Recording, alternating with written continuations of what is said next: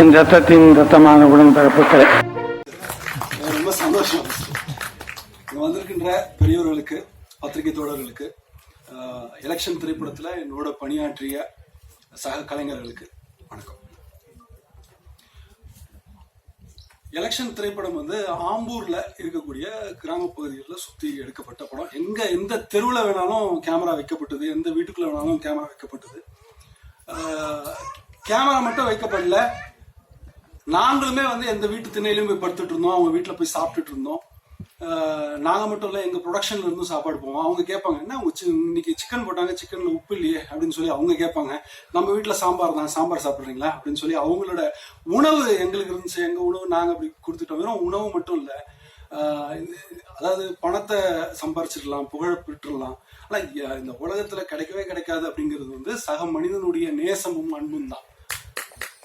அந்த அன்பை எங்களுக்கு வந்து அந்த மக்கள் வந்து எதை பத்தியுமே யோசிக்காம அந்த ஒரு அன்கண்டிஷனல் லவ் இருக்குல்ல, அது எங்களுக்கு கொடுத்துட்டே இருந்தாங்க. கிட்டத்தட்ட 60-70 நாள்.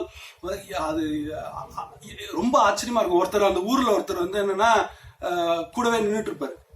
ஏங்க வேலைக்கு போங்க, ஏங்க இங்க ஷூட்டிங் நடந்துட்டு இருந்தா இங்கேயே நின்றுட்டு இருக்கீங்க அப்படின்னு கேட்டா, நீ இஷ்டக்காரன், நான் உங்க கூட தான் இருப்பேன், நீ தான் என்ன வேலைக்கு போக சொல்ற, இன்னும் நீ தான் ஒரு 5-10 நாள் இருப்பியா, அதுக்கப்புறம் போயிட்டீங்கன்னா இரு, நீ வேற வந்து இப்படி உடம்பு இப்படி வச்சுட்டு இருக்கிற, ஒழுங்கா இல்லை, நீ தான் இதை சாப்பிடு அப்படின்னு சொல்லி எதுவுமே இல்லை. அவர் நான் ஒண்ணுமே பண்ண போறது இல்லை, எதுவுமே இல்லை. வெறும் அந்த நிஜமான ஒரு அன்பு மட்டும்தான் அந்த மக்கள்கிட்ட இருந்துச்சு.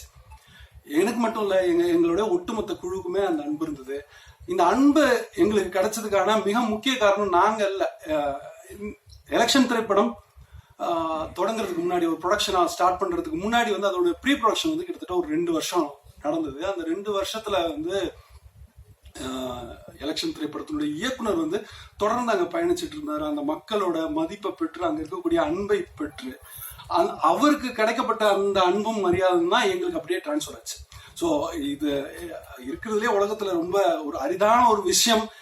அந்த அந்த இன்னசென்ட் மக்கள்கிட்ட இருந்து இருக்கக்கூடிய அந்த அன்கண்டிஷனல் லவ்வை எங்க மொத்த டீமுக்கும் கொடுத்த அந்த இயக்குனருக்கு வந்து ரொம்ப பெரிய நன்றி. அடுத்ததாக எங்க திரைப்படத்துல சினிமோட்டோகிராஃபர் பத்தி கண்டிப்பா வந்து இந்த படம் வந்த பிறகு யாருமே பேசவே மாட்டாங்க, யாருமே சொல்ல மாட்டாங்க சூப்பரான சினிமோட்டோகிராஃபி அப்படின்னு சொல்லவே மாட்டாங்க. சாரே நினைச்சிட்டு இருப்பாரு, பாவி பக்கத்துலதான் உட்காந்துட்டு இருந்தேன், இப்படி போய் சொல்றீங்க அப்படின்னு. என்னன்னா, ஏதாவது வந்து இப்போ வந்து ஒரு கார்பரேட் ஃபிலிமோ இல்லை என்ஜிஓ ஃபிலிமோ இல்லை கல்யாண வீடியோவே ஏதோ ஒன்று எடுக்கிறோன்னா அந்த ப்ராஜெக்டை தரவங்க வந்து என்னன்னா, சார் ட்ரோன் ஷாட் இருக்குமா, ஒரு டச் ஆங்கிள் வைப்பீங்களா, இல்லை பட்டர்ஃப்ளை லைட்டிங் பண்ணுவீங்களா, இந்த அளவுக்கு தொழில்நுட்பம் வந்து ரொம்ப ரொம்ப சர்வசாதாரணமா புழங்க ஆரம்பிச்சிருச்சு. அது ரொம்ப ஆரோக்கியமான விஷயமும் கூட. இப்படி இருக்கும்போது அவங்களுக்கு வந்து என்னன்னா, ரொம்ப பளிச்சுன்னு ரொம்ப வந்து ஒரு சினிமாட்டோகிராஃபினா வந்து சூப்பரா இருக்கு, என்ன சினிமாட்டோகிராஃபிங்க அப்படின்னு சொல்லும் போதே அந்த சினிமாட்டோகிராஃபர் செத்து போயிட்டாரு. அந்த சினிமாட்டோகிராஃபி வந்து செத்து போச்சு. அதை பத்திலாம் யாருமே எதுவுமே யோசிக்கவே கூடாது. ஒரு சினிமாட்டோகிராஃபி, ஒரு படத்தை பார்க்கும்போது அந்த கதை மாந்தர்களோட கதையோட அவங்களோட மட்டும்தான் இருக்கணுமே தவிர, எப்படி லைட்டிங் பண்ணிருக்காங்க, எப்படி இந்த கேமரா மூவ்மெண்ட் இருக்குதுங்கிறதுனாலே அது வந்து ஒரு நல்ல சினிமாட்டோகிராஃபியே இல்லை. எங்க படத்துல வந்து கண்டிப்பா நீங்க பேச மாட்டீங்க, ஏன்னா அது உங்களுக்கு உறுத்தவே உறுத்தாது. என்ன மாதிரி லைட்டிங் பண்ணிருக்காங்க, என்ன மாதிரி கேமரா மூவ்மெண்ட் இருக்குது, இப்படி இருக்கு அப்படி இருக்குன்னு யாருமே எதுவுமே யோசிக்க மாட்டீங்க. கதையோடவும் அந்த கதையில இருக்கக்கூடிய அந்த கதை மாந்தர்களோட மட்டும்தான் உங்களுக்கு கவனம் இருக்கணும். சோ அப்படியான அந்த அந்த நுண் உணர்வுகளை புரிஞ்சுட்டு இந்த கதைக்கு என்ன தேவையோ. இந்த வீடியோ உங்களுக்கு பிடிச்சிருந்தா லைக் பண்ணுங்க, ஷேர் பண்ணுங்க, கமெண்ட் பண்ணுங்க, சப்ஸ்கிரைப் பண்ணுங்க, மறக்காம பெல் ஐகானை கிளிக் பண்ணுங்க.